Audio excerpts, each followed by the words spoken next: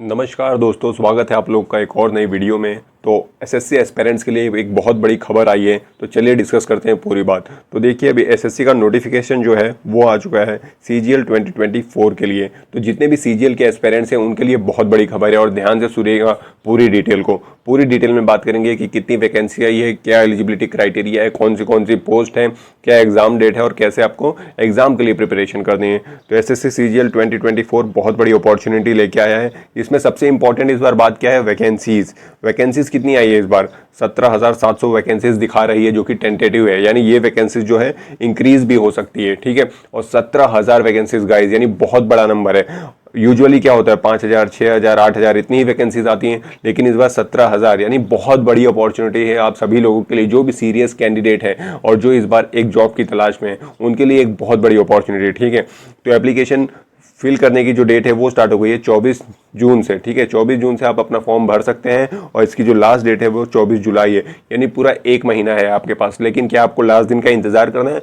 जी नहीं, बिल्कुल नहीं, क्योंकि अगर आप लास्ट दिन तक का इंतजार करेंगे तो एसएससी की ये टेंडेंसी है कि लास्ट के एक हफ्ते में उसकी वेबसाइट सही से काम नहीं करती है, तो हो सकता है कि आपको फॉर्म फिल करने में भी प्रॉब्लम हो। इसीलिए मेरी आपको एडवाइस रहेगी कि आप जल्द से जल्द फॉर्म भर लें, ताकि आपको ये सारी चीज़ों का सामना ना करना पड़े कि फॉर्म ही नहीं भरा जा रहा है, ठीक है।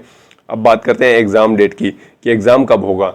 तो देखिए, अभी जो टेंटेटिवली डेट शो की जा रही है उसमें टायर 1 की जो डेट्स है वो सितंबर से अक्टूबर बताई जा रही है, यानी सितंबर और अक्टूबर के बीच में। अभी आपका जुलाई, अगस्त, सितंबर, यानी टोटल आप कह सकते हैं 2.5 से 3 महीने आपके पास है प्रीलिम्स के लिए, यानी स्टेज 1 टायर 1 के लिए, ठीक है। और फिर आपका आ जाएगा टायर 2। टायर 2 आपका होगा दिसंबर में, ठीक है। जब आप टायर 1 क्वालिफाई कर लेंगे तो आपको टायर 2 देने का मौका मिलेगा, जो कि दिसंबर में होने वाला है। अब एलिजिबिलिटी क्राइटेरिया देखते हैं कि कौन कौन लोग एलिजिबल हैं इस एग्जाम को देने के लिए, यानी सीजीएल में कौन कौन अप्लाई कर सकता है।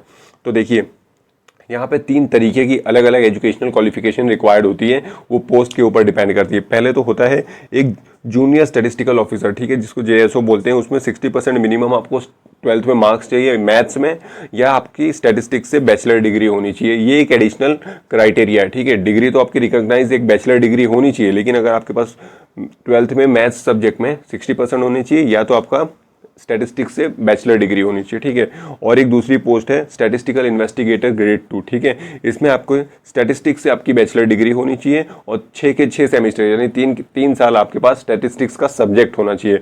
ये 2 एग्जाम्स के लिए स्पेशल रिक्वायरमेंट है, ये 2 पोजीशन के लिए। अदरवाइज बाकी सब जितने भी पोस्ट है, इंस्पेक्टर हो गया, कस्टम एंड एक्साइज हो गया, इनकम टैक्स हो गया, सीबीआई हो गया, सारी पोस्टों के लिए आपको एक नॉर्मल सा ग्रेजुएशन डिग्री चाहिए बस। आप किसी भी फील्ड में किसी भी स्ट्रीम से आपने ग्रेजुएशन की हो तो आप ये फॉर्म भर सकते हैं और आप एग्जाम देके इस पोजीशन पे आप कार्यरत हो सकते हैं।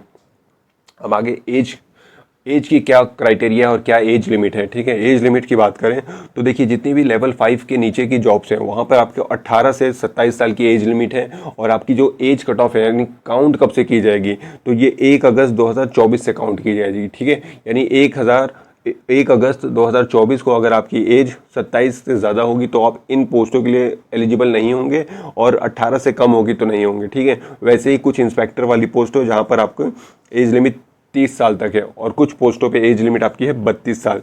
तो आप डिटेल नोटिफिकेशन एक बार ज़रूर गो थ्रू करना, वहाँ पर आपको समझ में आ जाएगा कि आप किस पोस्ट के लिए इच्छुक हैं और आप किस किस के लिए एलिजिबल हैं। अगर आपकी एज लिमिट कम ज़्यादा हो रही है, तो अगर आप बीच में हैं तो आप सभी चीज़ों के लिए एलिजिबल हैं, आपको सभी में अपॉर्चुनिटी मिलेगी, ठीक है। और इसके अलावा बता दूँ, इसके साथ साथ आपको जो रिजर्वेशन यानी कैटेगरी का भी बेनिफिट है वो मिल जाएगा आपको।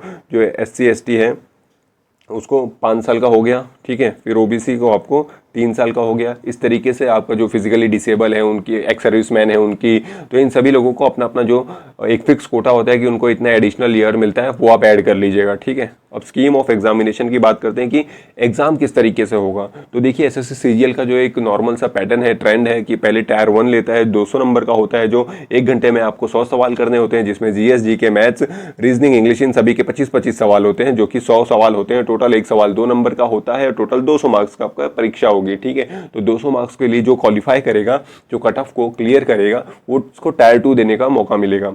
तो टायर 2 जब आप देंगे तो टायर 2 में भी 2 पेपर होता है, लेकिन ये जो दूसरा पेपर है स्टैटिस्टिक्स वाला, वो मैंने जो आपको पहले बताया था, जिसके लिए स्टैटिस्टिक डिग्री की स्पेशल रिक्वायरमेंट है, जेएसओ और इन्वेस्टिगेटर, स्टैटिस्टिक्स इन्वेस्टिगेटर ग्रेड 2 की, उस जॉब के लिए पेपर 2 देना होगा। अदरवाइज बाकी सभी पोस्टों के लिए आपको सिर्फ पेपर 1 देना होगा टियर 2 में। और पेपर 1 में भी 3 सेक्शन है। सेक्शन 1 में आपका मैथ्स और रीजनिंग है जिसमें 30-30 सवाल आएंगे, एक सवाल 3 नंबर का होता है।